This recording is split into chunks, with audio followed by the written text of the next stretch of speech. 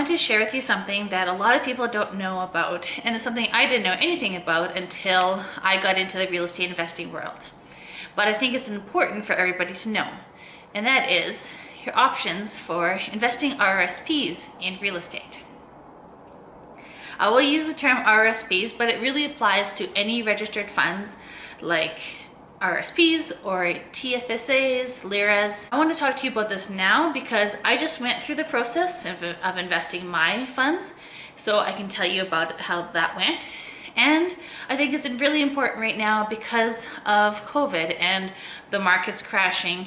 You might be wondering if there's something better that you can invest your RRSP funds into. Most people invest their RRSPs in mutual funds and stocks, and that was me. When I first opened my account, I did it through work, and it was the typical group retirement RRSP plan.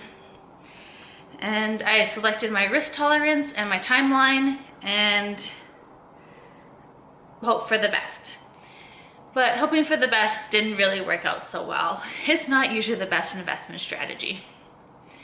In the end, some years I did okay, like I got 6% return, but other years it was negative 4%. I also knew that no matter what, that mutual fund manager was getting their cut. And usually a typical fee is 2%. So if you're getting 6% and they're getting 2%, you're left with 4%. That is a 30% of your profits going to the manager. I also learned that managers, that they're could be limited in what they can invest your RRSPs into. They may only have a certain products that their institution provides, and they also could be biased towards certain products based on the commission that they get. Mainly, it just bothered me for a really long time that I did not know what I was invested in. I knew I had mutual funds, and that's it. So this year, I made that change, and I transferred my money out of the mutual funds into something else. Through being in the real estate investing world, I learned that there are actually a lot of different options for your RRSPs, including investing in real estate. And you can have access to these other options by switching your account from an RRSP managed account to a self-directed account. So that's what I did. I opened up a self-directed account with Olympia Trust.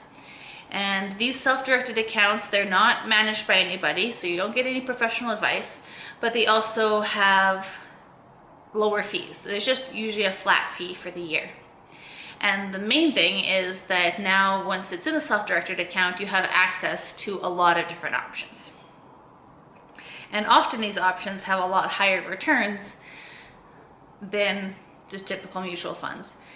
But not always. You have to do your own due diligence and your research into what you're investing in. When I transferred the money from my old RRSP account to the new self-directed account, there was no tax consequences for that when it's going from one RRSP account to another. And this process usually takes about 2 weeks, but for me, it took about a month because I should have followed up with both sides to make sure that the form that I filled out online got through.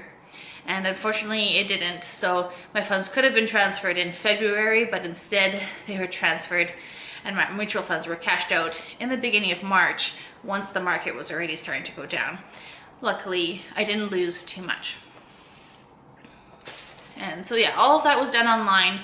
I opened up the account online and I filled out the form for the transfer online, and it was a very easy process. Okay, now once it's in the self-directed account, what can you invest in? Well, as far as real estate, you have options to invest in different REITs, into MICs, which are mortgage investment corporations. You can also invest in private real estate trusts. And another common option, or a popular option, is to lend it out as a private mortgage.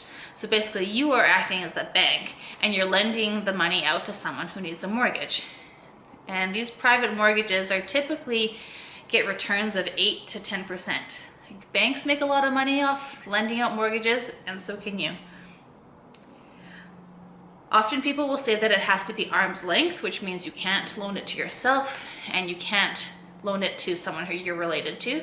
However, I did learn that you can loan it to yourself, but the fees and taxes and restrictions that it's involved with that doesn't usually make sense. So typically people do arm's length mortgages.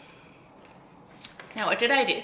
Well, I knew that I wanted to invest in one particular private equity or private real estate trust. And this trust is called TriView, and they pool a lot of funds together and then invested in a lot of different projects and properties.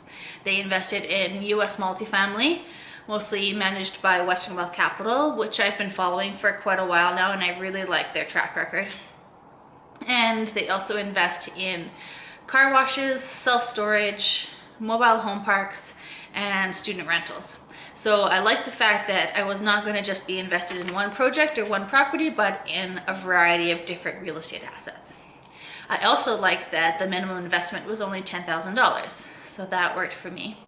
Even with a self-directed account, some of these investment options are only limited to high net worth individuals and institutions. But when you invest it in a trust, it makes these investments a little bit more accessible to people like me who are called retail investors. In the end, I'm really glad to know what I'm actually invested in, and I'm happy that the expected returns are going to be much higher than what I was getting with my mutual funds. If investing your RRSPs and getting higher returns is something that you would be interested in, please reach out to me, send me an email, and I'd be happy to direct you to some more information to help you make that decision. Thanks for watching. Have a great day.